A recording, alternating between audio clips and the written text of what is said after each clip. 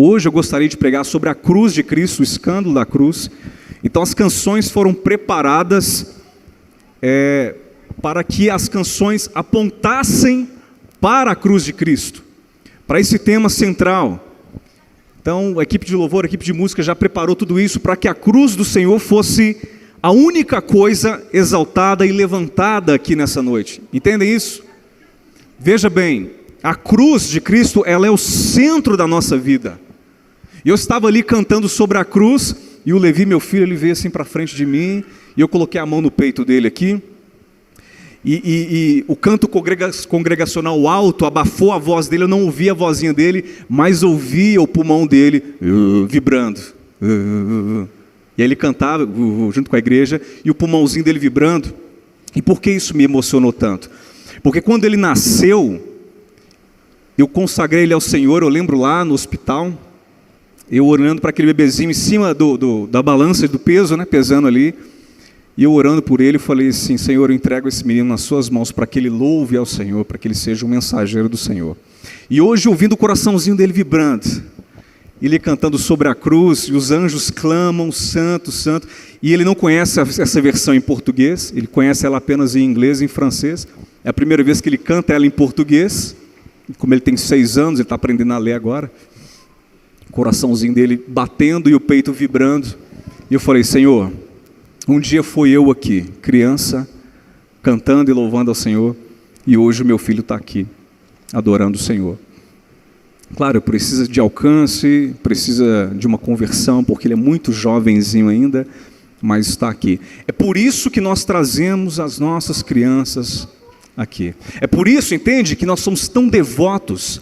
Por que nós nos entregamos tanto a Cristo? Por que estamos aqui domingo após domingo louvando ao Senhor, seja nessa igreja ou outra igreja, aos visitantes? Por que nós nos entregamos tanto ao Senhor? É por causa da cruz de Cristo. É exatamente por aquilo que Ele fez na cruz, maravilhosa graça, morreu em meu lugar, se entregou por mim, a dívida pagou por completo. É por isso que estamos aqui, por conta dEle, por conta de tudo que Ele fez na cruz. É por isso que estamos aqui, nos entregamos completamente aos nossos filhos, à nossa família, porque nós queremos que eles entendam o preço que foi pago naquela cruz, o quão precioso é o nome de Jesus. Entende isso? Disso tudo depende a sua vida, a sua eternidade depende de tudo isso. É exatamente por isso que eu quero que você abra comigo em Isaías capítulo 53, abra a palavra do Senhor, por favor. No livro do profeta Isaías, vai ser também projetado aqui, Isaías capítulo 53, nós vamos ler dos versos 1 ao 12, diz assim o texto: quem creu em nossa pregação, e a quem foi revelado o braço do Senhor, porque foi subindo como renovo perante ele, como raiz de uma terra seca, não tinha aparência nem formosura, olhámo-lo, mas nenhuma beleza havia que nos agradasse, era desprezado e o mais rejeitado entre os homens, homem de dores, e que sabe o que é padecer, e como um de quem os homens escondem o rosto, era desprezado, e dele não fizemos caso. Certamente ele tomou sobre si as nossas enfermidades, e as nossas dores levou sobre si. E nós o reputávamos por aflito, ferido de Deus, oprimido. Mas ele foi traspassado pelas nossas transgressões, e moído pelas nossas iniquidades. O castigo que nos traz a paz estava sobre ele, e pelas suas pisaduras fomos sarados. Todos nós andávamos desgarrados como ovelhas, cada um se desviava pelo caminho, mas o Senhor fez cair sobre ele a iniquidade de nós todos. Ele foi oprimido e humilhado, mas não abriu a boca. Como cordeiro foi levado ao matadouro, e como ovelha muda perante os seus tosqueadores, ele não abriu a boca. Por juízo opressor foi arrebatado, e de sua linhagem quem dela cogitou? Porquanto foi cortado da terra dos viventes, por causa da transgressão do meu povo, ele foi ferido. Designaram-lhe a sepultura com os perversos, mas com o rico esteve na sua morte, posto que nunca fez injustiça, nem dolo algum se achou em sua boca. Todavia ao Senhor agradou moê-lo, fazendo-o enfermar. Quando der ele a sua alma como oferta pelo pecado, verá a sua posteridade e prolongará os seus dias, e a vontade do Senhor prosperará nas suas mãos. Ele verá o fruto do penoso trabalho da sua alma, e ficará satisfeito. O meu servo, o justo, com o seu conhecimento, justificará muitos, porque as iniquidades deles levará sobre si. Por isso eu lhe darei muitos como a sua parte, e com os poderosos repartirá ele o despojo. Porquanto derramou a sua alma na morte, foi contado com os transgressores, contudo levou sobre si o pecado de muitos, e pelos transgressores intercedeu. O escândalo da cruz. A cruz de Cristo, ela não é apenas um acontecimento histórico. Já não existe dúvidas que a cruz de Cristo é um evento, que a cruz de Cristo ela é um marco na história, mas ela é o eixo central da existência humana, o maior de todos os eventos que já existiram. A cruz de Cristo ela é mais importante do que a criação do universo. A cruz de Cristo ela é mais importante do que o próprio Big Bang. Ela é o eixo central da história. E que Jesus morreu na cruz há 2000 anos atrás, todos nós sabemos. Inclusive os historiadores, inclusive os estudiosos não cristãos. Que Jesus foi morto pelos soldados romanos, já não há questionamento entre os não cristãos. Que Jesus morreu há 2000 anos em Jerusalém, o mundo inteiro já sabe, isso é indiscutível. Mas a questão não é que Jesus morreu, ou onde morreu, ou quando morreu. A questão central, igreja, é por que Cristo morreu? Qual é o sentido da cruz? Qual é o significado da morte de Cristo? Porque Deus escolheu imolar o seu Filho justo por pecadores injustos como eu e você. Nós acabamos de ler aqui o Evangelho segundo Isaías, o comentário teológico do próprio Deus sobre a morte do seu Filho. Resumindo em uma palavra o texto que a gente acabou de ler: substituição. Jesus, pregado na cruz, toma o meu e o seu lugar e nos substitui, paga o preço que deveríamos pagar. Primeiramente, vive a vida que não conseguimos viver, uma vida reta, perfeita, santa, justa, e então ele morre a nossa morte, no nosso lugar. Substituição é a palavra que resume o texto que acabamos de ler. Você cometeu crimes contra Deus. Veja bem, Deus cria a natureza, cria o universo. Deus diz: sol brilhe, e o sol brilha. Deus diz: pássaros cantem, gorjeiem, e os pássaros começam a cantar a Deus e obedecem e o adoram. Deus diz: montes se elevem até tal ponto, os montes se elevam. Vales desçam até tal ponto, e os vales descem e obedecem a Deus.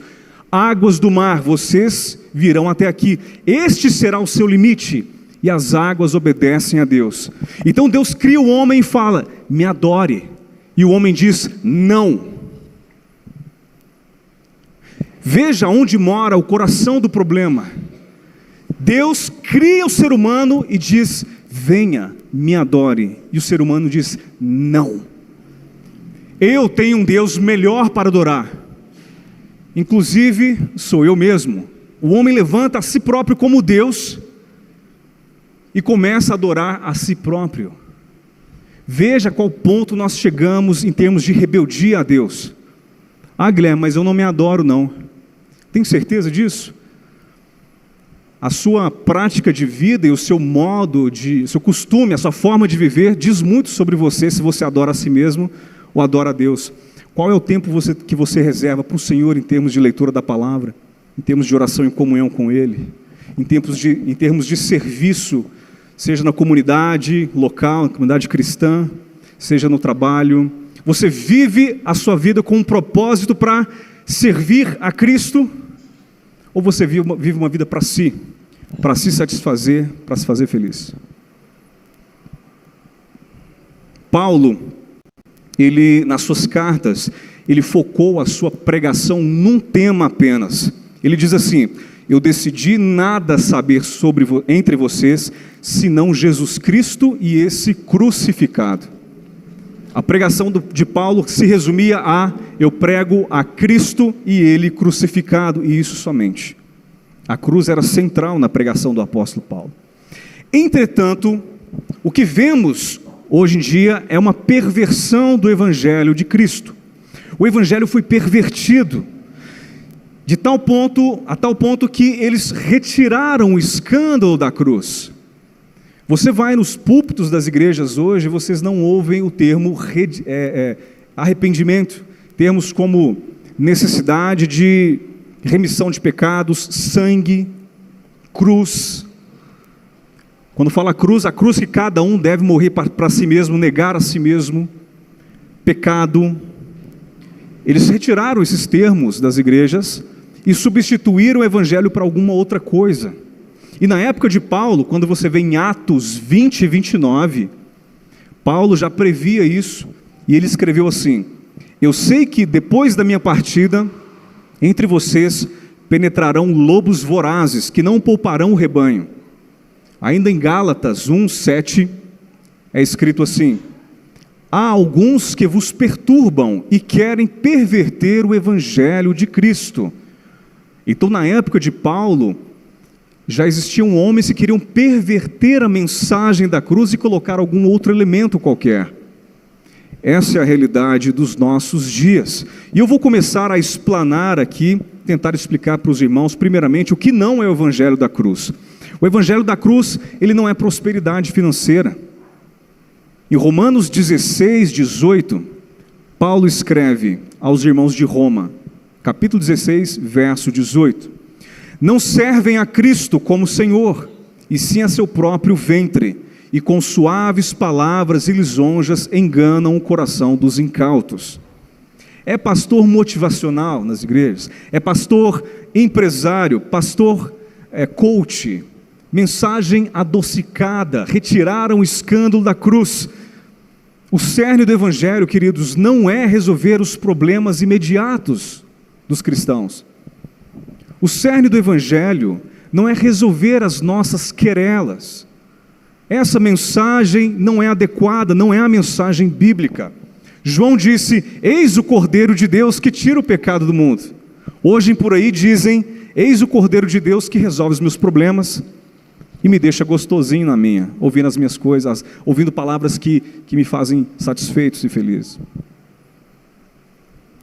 O Evangelho também não é novas revelações, sonhos, visões, porque as igrejas hoje querem novas revelações, querem sonhos e visões, querem o frenesi gospel. As igrejas procuram hoje, o povo brasileiro, infelizmente, igreja, é um povo que ama o sincretismo religioso. Amam o sincretismo religioso. Não sabem o que é.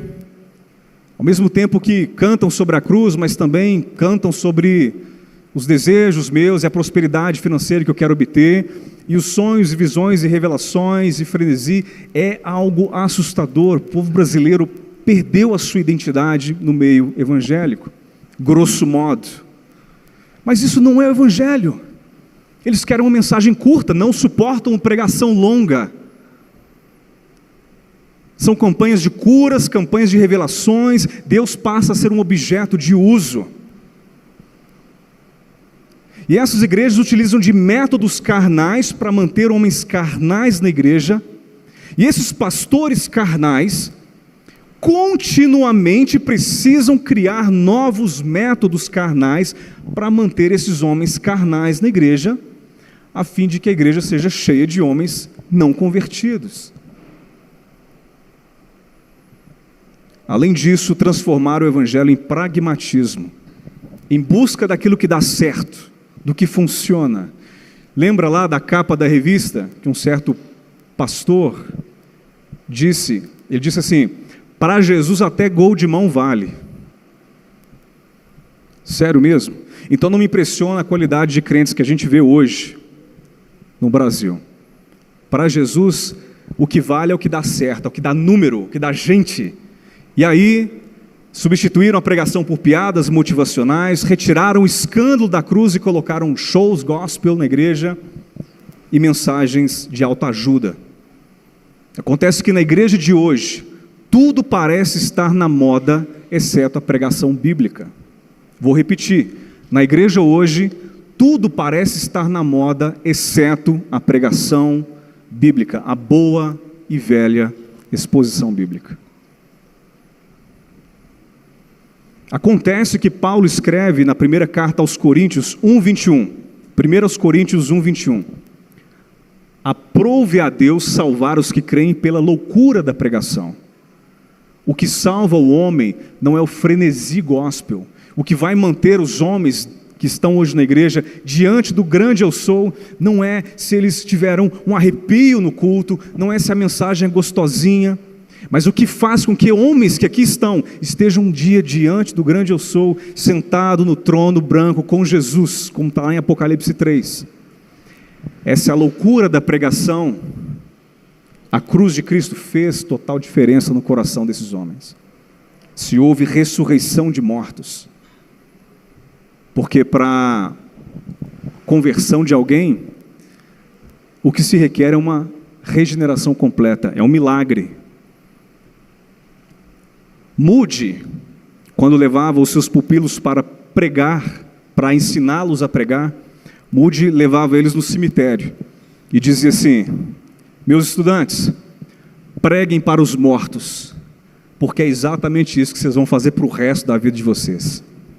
Quando o pregador está aqui, ele está diante de homens vivificados, alguns, mas parte dos homens que aqui estão mortos em seus delitos e pecados. Se você não recebeu a Cristo, e se essa mensagem não vivificou o seu coração, fazendo com que você se transforme de forma sobrenatural, você não consegue compreender o porquê de tudo isso. Você não consegue compreender as canções que são cantadas, o que significa estar aqui, lendo a palavra de Deus e adorando a Ele, entregando, sendo devoto a Ele todo o seu tempo, toda a sua atenção. É uma loucura isso. A igreja é uma loucura. Por que você está aqui? Não tem sentido você estar aqui, entende? Você está ganhando dinheiro para estar aqui? Não, você não recebe dinheiro. Você não recebe benesses o tempo todo. Você não recebe vantagens por estar aqui. Por que você está aqui? A igreja é um milagre de Deus. Um milagre de 2000 anos. Perseguição atrás de perseguição. E quanto mais persegue a igreja ela mais se manifesta. Mais se espalha, mais cresce. A igreja é um milagre. E por último, transformar o evangelho em um terrível catolicismo medieval. Infelizmente, os evangélicos ainda são católicos, têm uma alma católica, é paixão por apóstolos, a nossa igreja precisa de uma unção apostólica, mediadores. Pastor, tem como você ir a Deus por mim? O pastor Moisés, tem como você subir no monte para falar com Deus? Eu não sou muito afim dele, você pode fazer isso para mim? Um coração católico, e nós precisamos quebrar com isto. Então voltamos à questão central: qual é o significado da cruz? O que é o evangelho então? Mostrei para vocês o que não é o evangelho, mas qual é o sentido da cruz? Qual é o significado da morte de Jesus? Por que uma cruz? Porque a cruz é a resposta para o grande dilema. Existe, não sei se você sabe, mas há um grande dilema a ser resolvido, parece ser impossível de ser resolvido até que a gente chegue a Jesus, e o problema é o seguinte: como Deus, sendo justo, pode perdoar homens ímpios? Vou repetir, preste atenção, olha aqui para mim, olha bem aqui para mim. Porque um Deus, como pode ser que um Deus justo perdoe homens injustos como eu e você? Como Deus pode ser justo e bom ao mesmo tempo? Veja bem, Deus ama você, mas se Ele simplesmente te perdoa, seria como dizer, o juiz corrupto varreu o crime para debaixo do tapete. Situação hipotética. Então você cometeu crimes, você assassinou uma pessoa e causou toda uma situação de mentira, roubo, furto, e você matou a pessoa para poder proteger a sua família, para poder prover para a sua família que estava morrendo de fome, por exemplo. Então lá está você diante do juiz. E aí você fala, juiz, veja bem, olha a minha defesa. Sim, eu assassinei, sim, eu furtei, e eu causei toda a situação de mentira, mas olha a razão pela qual eu fiz isso. Meus filhos estão passando fome, a minha família está padecendo, eu fiz por amor a eles, para protegê-los. Afinal de contas, juiz, olha a balança, ela está positiva. Eu fiz isso, faço aquilo, sou trabalhador, sou um homem justo, pago os impostos, eu só matei o cara, ou causei essa mentira toda, mas veja o que eu fiz de bom. E se o juiz falasse assim, Dalvina, ok, te perdoo, pode ir para casa, você tem razão, a balança é mais positiva. O que você, sendo o parente desse rapaz que foi assassinado, por exemplo, o que você diria do juiz? Corrupto? Você diria, esse juiz não presta, é um corrupto, não julgou a nossa causa. Da mesma forma, Deus não pode varrer o seu crime para debaixo do tapete. Nós pecamos, nós quebramos as leis de Deus, queridos. Quem aqui já mentiu? Não precisa levantar a mão. Calma, Larinha. Quem aqui já morreu? Foi a Júlia, né, que faz levantar a mão. Eu também já menti. Isso faz de mim o quê? Um mentiroso. Quem aqui já xingou o irmão? Insultou o irmão? Isso faz você meio que um assassino. Quem aqui já adulterou? Talvez pelo pensamento? Todos nós. Isso faz de nós o quê? Adúlteros. Quem aqui já cobiçou o que não era seu? Todos nós. Isso faz da gente o quê? Como é que fala? Cobiçadores? Gente, nós quebramos cada lei do Senhor. Todas. Somos culpados diante dEle. Estamos com sérios problemas. E a justiça de Deus exige a nossa morte. Então como que esse problema pode ser resolvido? A resposta está na cruz. A solução é a cruz. Jesus Cristo morreu por esse pecador aqui, morreu por você. Em janeiro de 2016, eu cheguei para minha avó, Dona Belinha, e eu falei com ela assim, estávamos lá na casa da Laís e do Juninho, eu, Andressa, Laís, a gente falou, vamos falar de Jesus para minha avó? Aí cheguei para ela e falei, vó, se Deus chegar para você, e Ele vai chegar para você um dia, você vai estar diante dEle, e se Ele falar assim, Dona Belinha, qual é o motivo pelo qual eu devo deixar você entrar no reino dos céus? O que a senhora responderia? Dona Belinha disse assim, uai, Guilherme, eu fiz umas coisas boas, eu cumpri os sacramentos, eu fui na missa todos os dias, certinho, bonitinho, fiz boas dádivas. Em outras palavras, eu tentei ser uma boa pessoa. E eu disse para ela, vó, esse dia vem a galope. E quando esse dia chegar, por favor, olha para mim, olha bem aqui para mim, vó, não fale para Deus essas coisas. Sabe por quê, vó? Falei para ela. Porque sabe o que é preciso para entrar no reino dos céus? É muito simples, a Bíblia fala o que é preciso. Você tem que ser uma pessoa totalmente perfeita, santa, mãos limpas, coração totalmente puro, nunca ter cometido nenhum pecado na vida, ser reto, santo, perfeito, sem pecado algum. Simples. Fala sério, igreja. Nem o mais qualificado dos homens, nem o mais santo ímpio conseguiria cumprir com esses requisitos. Então, voltando à minha avó, eu disse: vó, eis aqui o que você precisa dizer a Deus nesse dia. Senhor, eu quebrei todos os seus mandamentos, quebrei todas as suas leis, fiz tudo o que era mal perante o Senhor. Pelos meus próprios méritos e virtudes eu não consigo entrar aí, mas por causa dos méritos e virtudes dele, por causa daquilo que ele fez na cruz, eu posso entrar.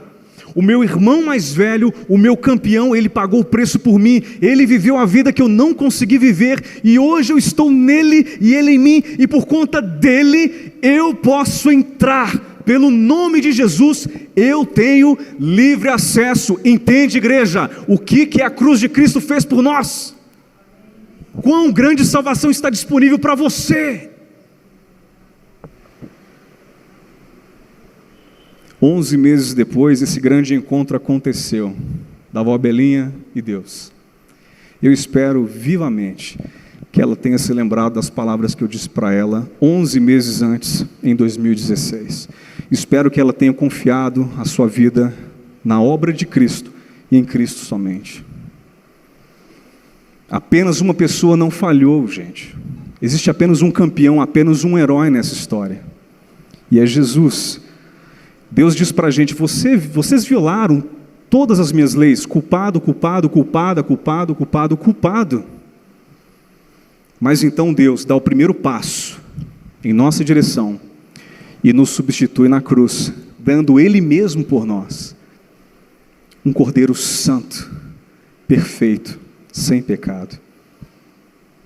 O significado da cruz: a cruz significa sacrifício e substituição. Esse é o grande intercâmbio da cruz. Vem comigo de novo em Isaías 53. Vamos lá para o verso 4. 53, verso 4. Certamente Ele tomou sobre si nossas enfermidades. Certamente Ele tomou sobre si as nossas dores. Quem matou Jesus? Eu preciso que você venha comigo aqui e entenda.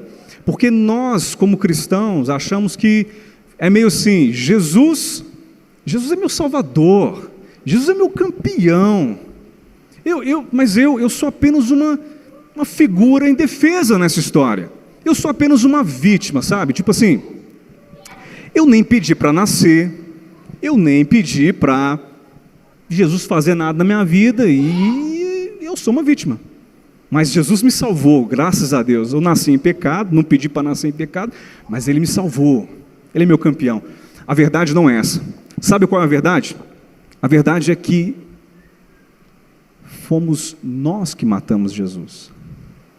Não foram os soldados romanos. Não foram os líderes judeus. Segundo a palavra de Deus, pela vontade de Deus, Cristo foi morto, mas por conta do meu e do seu pecado. Tamanha crueldade, o nosso pecado é horripilante. Você precisa entender o quão asqueroso é o nosso pecado. Foi preciso o Santo Deus vir como homem para fazer o que a gente não consegue fazer, viver uma vida santa, satisfazer a Deus e ser esmagado por Deus. Foi o meu e o seu pecado, como nós lemos no verso 4. Vai para o verso 5 comigo, por favor. Mas Ele foi traspassado, foi perfurado pelas nossas transgressões. Quem matou Cristo foi eu e você. Moído pelas nossas iniquidades. Olha o verso 6. Todos nós andávamos desgarrados como ovelhas.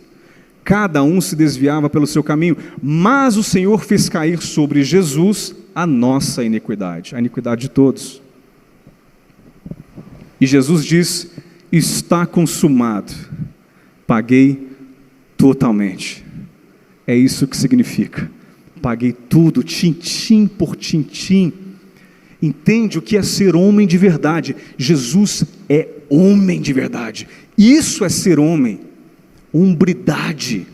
Ser homem não é levantar 150 quilos no supino.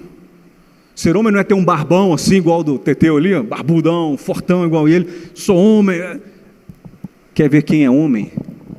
Leia aqui, e aqui você vai ver que é homem de verdade. Nos substituiu. Toda a carga que era nossa caiu sobre ele. E ele disse na cruz: Tetelestai, está consumado, acabou.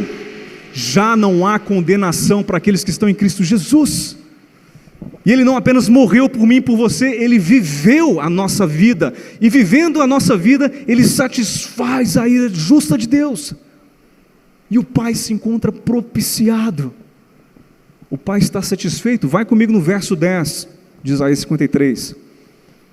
Todavia ao Senhor agradou moê-lo, fazendo-o enfermar. Deus ficou satisfeito ao esmagar a Jesus. Então agora não erre o ponto. Vem aqui comigo, olha para mim. Não é que Deus é sadomasoquista e vendo o filho sofrer ele ficou feliz. Não. Como eu disse, existe a justiça de Deus que precisa ser satisfeita por conta da culpa, mas há também um aspecto do amor de Deus. Essa justiça satisfeita, esmagando Cristo, traz uma satisfação por conta do amor de Cristo, olhando para a igreja. Então agradou a Deus moer o seu próprio filho, olhando para a sua noiva redimida, olhando para mim e para você, salvos em Cristo Jesus, redimidos, vivendo uma vida eterna, repleta e pura com o Senhor para sempre. Entende? Então Deus fica satisfeito pelo preço que estava proposto. Assim como está lá em Hebreus 12, 2, Jesus ele suporta toda a dor, toda a injúria, olhando fixamente para o alvo, para o prêmio que estava proposto a ele, a igreja, a noiva redimida, prometida a ele. O Pai está satisfeito, ele está propiciado. Pelo derramamento de sangue, Jesus entrou no mercado de escravos do pecado, derramou seu sangue e comprou a igreja. Essa é a cruz de Cristo, meus irmãos. A cruz de Cristo também ela tem o seu significado no eixo da história. De tal forma que quando, lá em Números 21, a serpente pica os israelitas por conta do seu pecado, Deus pede para que Moisés levante uma serpente de bronze e pregue a serpente no madeiro. E Moisés diz: todo aquele que for picado pela serpente e olhar para a serpente de ouro, de bronze, será curado da sua ferida. E Jesus liga esse símbolo à cruz. Ele diz assim, lá em João 3,14: assim como Moisés levantou a serpente no deserto, assim importa que o Filho do Homem seja levantado, para que todo aquele que nele crê tenha a vida eterna. Portanto, antes da cruz, todos os eventos, os símbolos apontam para a cruz de Cristo. Seja o cabrito que era sacrificado, os sacerdotes, o templo, os tabernáculos, tudo apontava para a cruz de Cristo, a serpente de bronze. Antes da cruz e depois da cruz, a cruz agora ela abre o caminho para a salvação, para a eternidade, de tal ponto que nós podemos entrar e estar com Cristo para sempre. Então a cruz ela é o centro de toda a história, é o eixo central da história. A cruz não foi um acidente, ela foi um plano de Deus para mim e para você. E para nós encerrarmos, o último ponto: a cruz tem o seu significado no amor perfeito do Pai. O amor perfeito de Deus. Sabe aquela vez que você cometeu um pecado que te deixou muito mal? Traz na sua memória uma coisa que você fez, horrível, terrível, que te deixou muito mal, te deixou de cama. Lembra daquela dor, daquela culpa, aquela vergonha, um remorso que fez com que você ficasse assim, distante, isolado, mal pra caramba, muito mal. terrivelmente mal. Pois é, você passou por situações assim, não apenas uma, duas, mas dezenas ou centenas de vezes na sua vida. Você não conseguiria suportar em um só golpe, de uma só vez, toda essa culpa, toda essa vergonha de uma só vez. Imagine sentir todo esse peso de uma só vez. Pois o que aconteceu com Jesus é que de uma só vez ele recebeu toda a sua culpa, toda a sua vergonha, toda a sua dor, o seu pecado, desde o mais simples pecado até o mais vil, tudo caiu sobre ele, de uma só vez. E não apenas isso, o meu pecado, toda a minha culpa, toda a minha vergonha de toda a minha vida, não apenas os pecados cometidos anteriormente, mas os de hoje e aqueles que também virão, tudo sobre Jesus de uma só vez.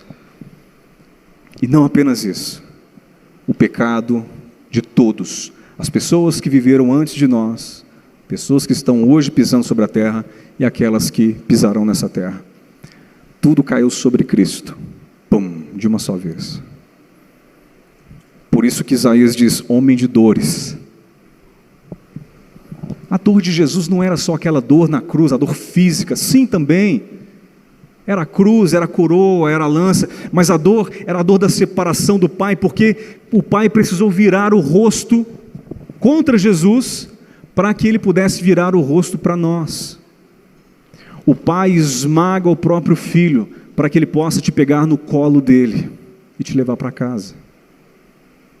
E hoje, Cristo, morto crucificado na cruz, por mim, eu estou em Cristo, de tal forma que as vestes dele estão sobre mim, eu estou vestido com as vestes de justiça dele. Quando Deus olha para mim, ou para você convertido, nova criatura, Ele não vê mais você um vil pecador, Ele vê o próprio Filho, e Ele está satisfeito com você, Filho de Deus, nascido de novo, que ama a justiça, ama o Senhor e o segue. Portanto, Cristo, Ele nos substituiu por completo, já não há condenação para você, entende isso?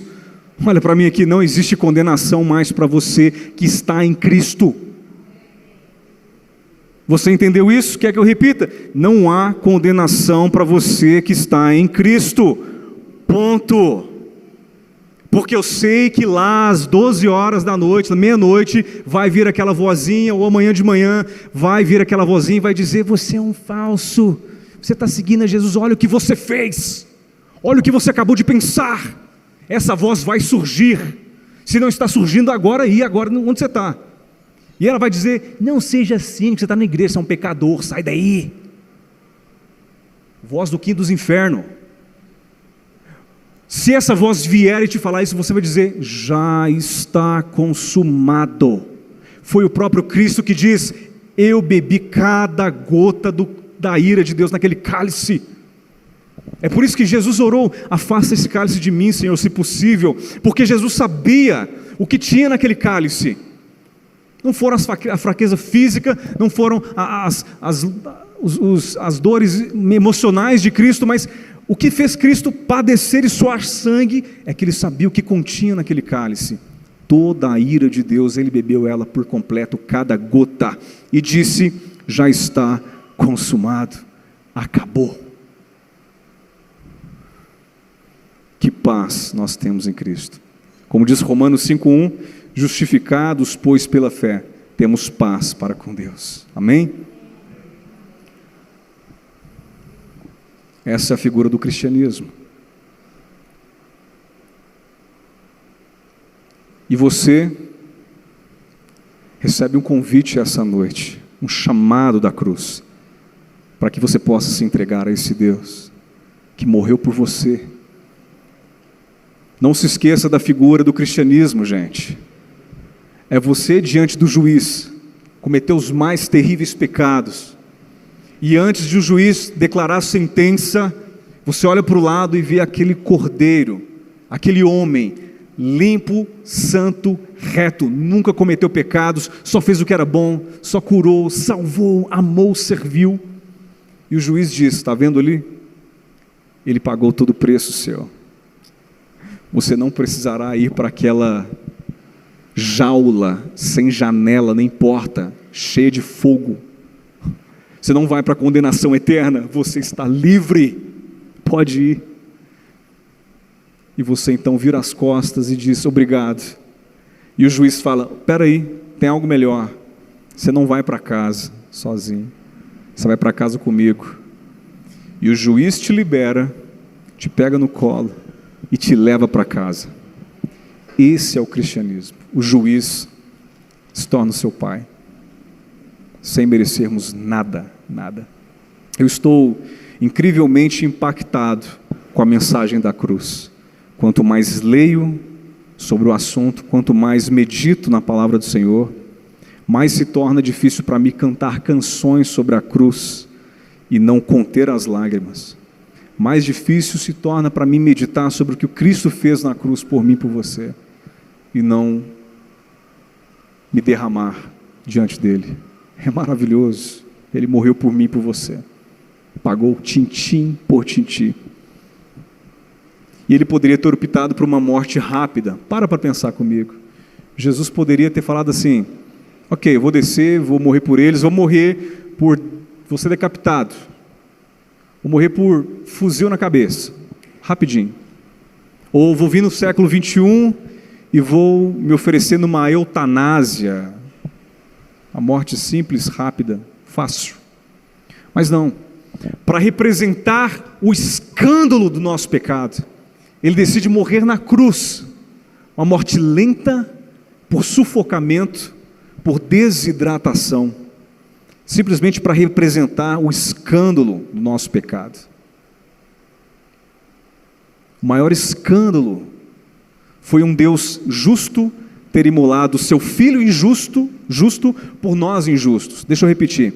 O maior escândalo foi um Deus justo imolar o seu Filho justo por nós, pecadores injustos. Isso é escandaloso. Um escândalo. Deus vem a nós, para Ele morrer por nós, deixa toda a sua glória, todo o seu poder, para ser um de nós e fazer o que ninguém conseguiria fazer. A cruz é mais do que um evento passado, é o eixo central de toda a nossa história. Por meio da cruz a salvação foi consumada, o pecado foi derrotado, a porta para a vida eterna é aberta para todos nós. E é um chamado para você. Eu gostaria que nós encerrássemos lendo Salmo 24. Vai comigo em Salmo 24, por favor. Porque uma vez que ele foi morto na cruz, a história não termina por aí. Ele então ressuscita no terceiro dia, e o Rei da Glória é o primogênito da ressurreição, anunciando para nós que há ressurreição também, para mim e para você, depois da morte. Salmo 24, Jesus homem entrando pelos portais do céu. Diz lá no verso 3, quem subirá ao monte do Senhor? Quem há de permanecer no seu santo lugar? Ou seja, quem é capacitado ou apto para subir aos céus e estar diante de Deus? Alguém se qualifica aqui? Não. Verso 4, o que é limpo de mãos e puro de coração, alguém apto aqui por si próprio? Não. Quem não entrega sua alma à falsidade, nem jura dolosamente, não há quem seja apto para isso. Verso 7, levantai, ó porta, as vossas cabeças, levantai-vos, ó portais eternos, para que entre o Rei da Glória. Então veja, Jesus morre, ao terceiro dia ele ressuscita, passa 40 dias entre os discípulos, e depois de 40 dias ele é assunto aos céus. E os estudiosos estão de acordo com isso. Cristo, assunto aos céus, o Salmo 24 é uma figura típica disso, aquela figura de João em Apocalipse, quando ele vê o livro, que ninguém é capaz de abrir esse livro, não há quem seja apto para abrir esse livro, e então João vê o nosso campeão, nosso irmão mais velho, Jesus, ele que é o único capaz de abrir esse livro. Então temos a mesma imagem aqui em Salmo 24, no verso 7. Jesus adentra os portões do céu e diz: levantai, ó portas, as vossas cabeças, levantai-vos, ó portais eternos, para que entre o Rei da Glória. E os portais se abrem. No verso 8, os principados, os anjos, os seres celestiais, os apóstolos, os patriarcas do Antigo Testamento, os santos do Senhor, os mártires, veem os portais se abrindo. E todo o céu numa só voz diz: ei, parece que é um homem que está abrindo os portais do céu. No verso 8, quem é o Rei da Glória? Quem é esse homem? Quem ousa adentrar os portais do céu? Ninguém, nenhum homem adentrou esses portais. Quem é o Rei da Glória? E o próprio Cristo dizendo: o Senhor forte e poderoso, o Senhor poderoso nas batalhas. Levantai, ó portas, as vossas cabeças, levantai-vos, ó portais eternos, para que entre o Rei da Glória. Essa é a figura do nosso Cristo, que não está mais crucificado, não está mais pregado numa cruz, mas ele ressuscitou, subiu aos céus, e ele, pelos méritos dele, pela virtude dele, ele pôde entrar nos portais do céu. Entende isso?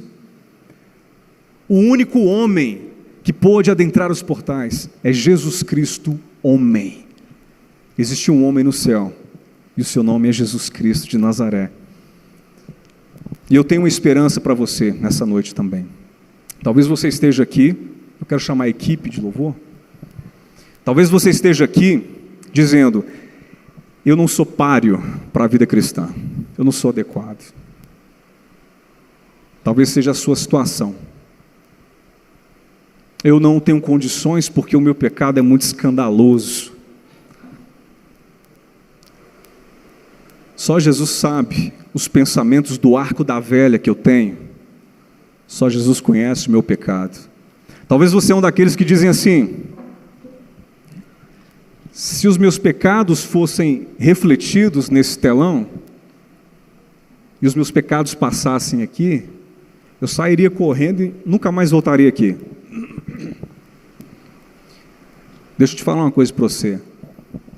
Se os meus pensamentos, os meus pecados que eu já pensei do arco da velha fossem projetados aqui também, eu teria muitas dificuldades para conversar com você.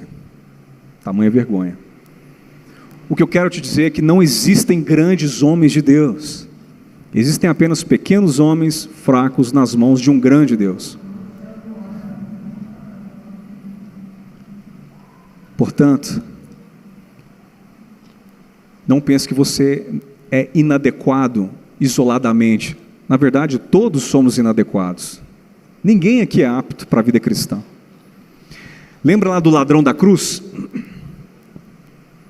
A igreja, alguns dizem o bom ladrão, né? O ladrão que aceitou Jesus e foi salvo. Na verdade, esse termo ladrão não é um termo bom, porque na realidade, esses ladrões da época do domínio do Império Romano sobre a Judéia, eram homens extremamente truculentos, ogros, que entravam nas casas, roubavam, saqueavam a casa, assassinavam o marido, abusavam sexualmente da esposa, pegavam as crianças e vendiam como escravos, e iam para casa felizes, contentes, como se nada tivesse acontecido. É essa qualidade de homens que estavam pregados, um do lado direito e o outro do lado esquerdo de Jesus. Então, de forma soberana, acontece algo na mente daquele ladrão, daquele homem mau, e ele começa a ter uma visão, uma revelação da parte de Deus, uma compreensão de mundo, que nenhuma das pessoas no mundo naquele momento tiveram, nem os discípulos que fugiram, nem os soldados romanos, os líderes judeus, ninguém teve a compreensão de quem estava sendo crucificado era o próprio Filho de Deus. Então o ladrão na cruz ele diz: lembra-te de mim quando entrares no teu reino. Ele compreendeu: esse pode me salvar. Esse é o Filho de Deus. Aos 45 do segundo tempo, bem na hora, Jesus diz para ele: eu digo que ainda hoje você estará comigo no paraíso. Então, Charles Spurgeon, um dos maiores pregadores, ele conta, dizendo que, imagine, no paraíso, de repente abre-se a porta e todos veem Jesus entrando. Os discípulos dizem: o Rei da Glória está entrando, o nosso campeão, aquele que nos salvou e pelo qual nós morremos, ele está entrando nesses portões. Mas espere, diz Salomão, quem é aquele homem?